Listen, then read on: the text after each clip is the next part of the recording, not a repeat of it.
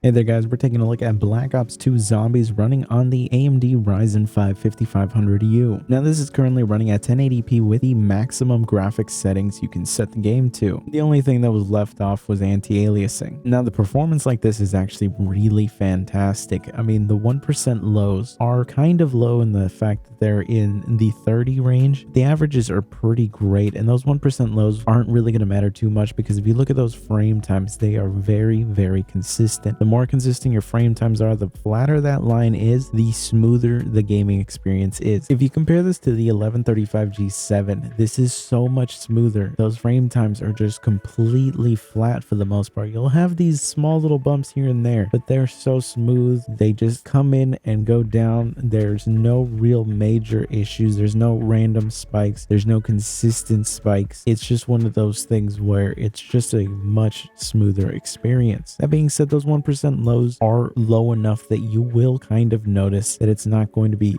the smoothest experience. But if you're more of a console gamer, this is going to be one of the best Call of Duty experiences you probably ever had. So it is going to be a good experience for the most part. The real big thing is that if you set the game to the lowest possible setting, you unlock a whole nother level of performance here. We can do some high refresh rate gaming, and this is at 1080p.